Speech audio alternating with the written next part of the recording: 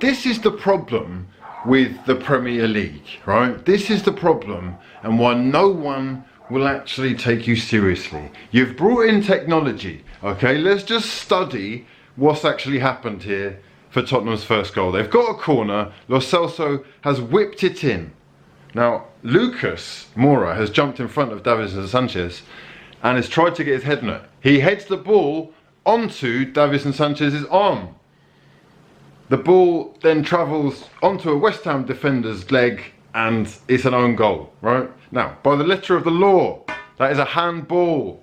And we have brought in technology like VAR, surely, I thought this was the purpose anyway, to spot when those laws have been broken, right?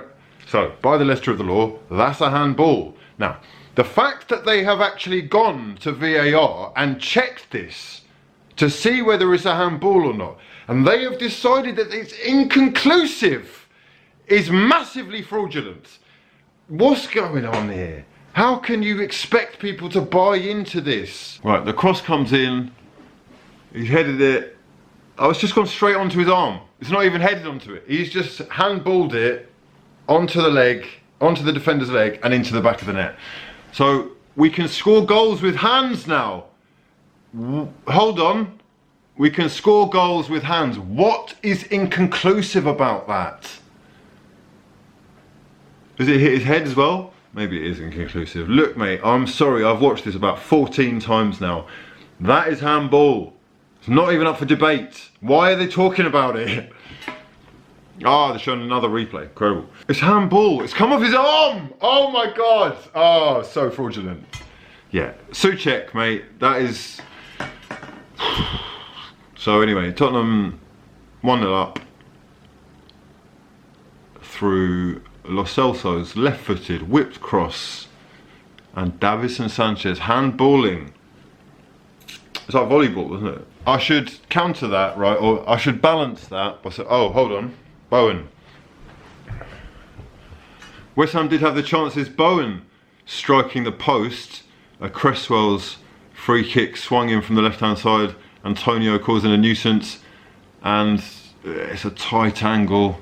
He's unlucky he hasn't been able to bend that in with the left foot, but 82nd minute, got some nice football by West Ham. Lovely little triangles, and Antonio totally clueless, totally unaware of what's around him. Lamela charging in and stealing the ball and finding Heung-min Son, who threads a ball through the defence and sets Harry Kane up on a 40-yard run, and he side foots it home past Fabianski to make it 2-0 to Tottenham, and that is going to be 3 points. Thank you very much.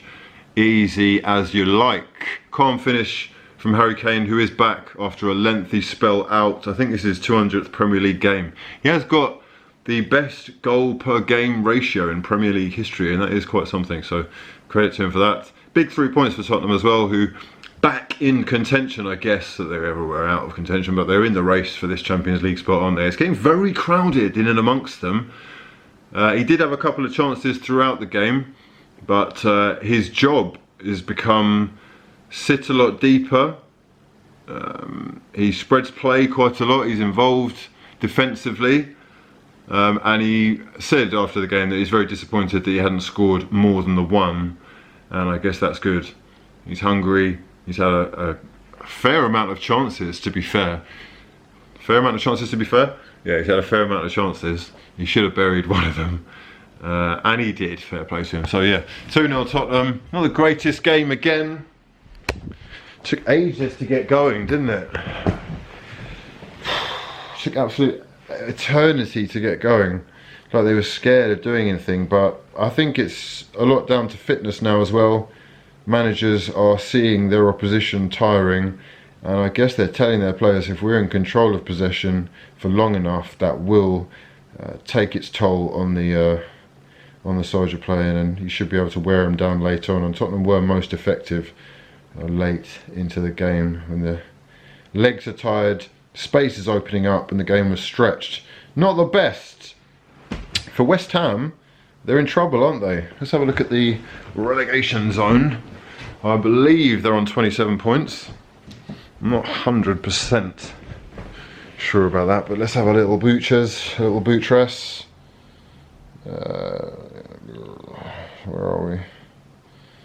Premier League. So Tottenham are 1 point behind Manchester United, 6 points behind Chelsea, and West Ham are on 27 points, having played a game more than the rest of the relegation zone, and they are in a lot of trouble.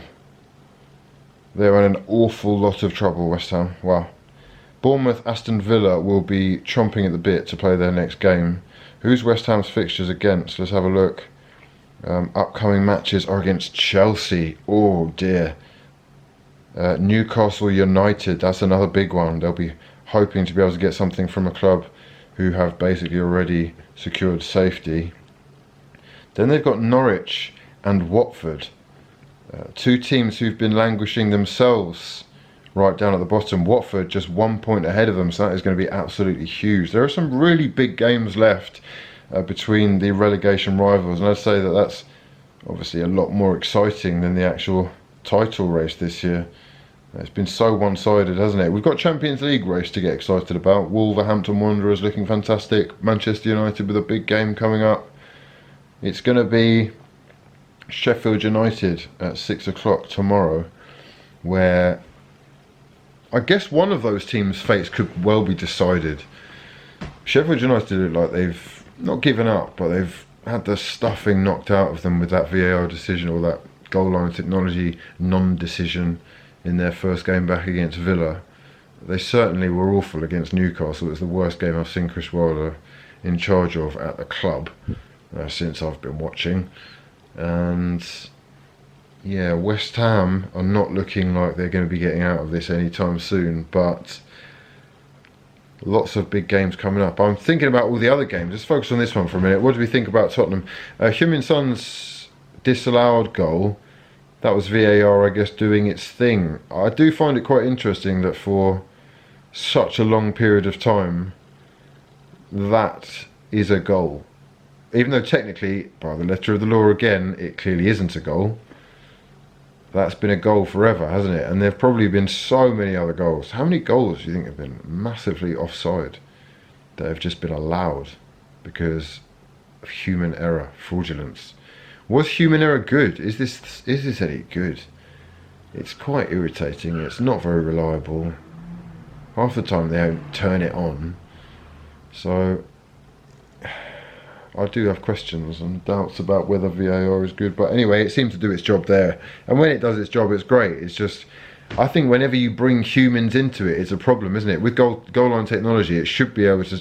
I thought the idea was that there were no humans involved. It's just telling you it's over the line now. But the thing is, it's the people behind the technology. It's not necessarily the technology that's the problem. It was properly implemented for Heung-min Son anyway. He was offside, marginally, even though it was a fantastic goal. Played across to him to stretch play, I guess. He used the momentum and dropped his shoulder, beat his man, cut inside, tucked it into the near post, bang! Good finish. And he looked absolutely over the moon. He has been doing his conscription, hasn't he, recently, so I'm sure it's great to be back actually playing football, doing what he loves doing most. I presume that's what he loves doing most. But yeah, Tottenham against West Ham United, 2-0. Jose Mourinho will be happy when he didn't look that interested for half the time. I don't know about Jose sometimes. Is this an act that he doesn't give a damn, or does he just not give a damn? He's quite entertaining with his interview about Harry Kane as well. Did you see that? Talking about strikers. Let me know your thoughts in the comment section below anyway. I'm not going to waffle on forever. I just thought I'd have a quick chat and do our recap on the Premier League matches of the day. I hope you're all enjoying the videos. Get down in the comments. Let me know where you think everyone's going to finish. I'd like some final places for the Premier League. You can do relegation, let's say 3 teams that get relegated, and who will be the top 5. Top 5 and the bottom 3. Go, go, go. Let me know where you're watching from as well. I'm always interested to see. Got some random countries. I see people from the Bahamas. I see you. People in Poland, Sri Lanka, Australia, Canada. and America. We're all getting involved. Anyway, I'm gonna love you and leave you for now. I'll come back with another video probably when I've put this video up. Alright, I'll see you then. Peace.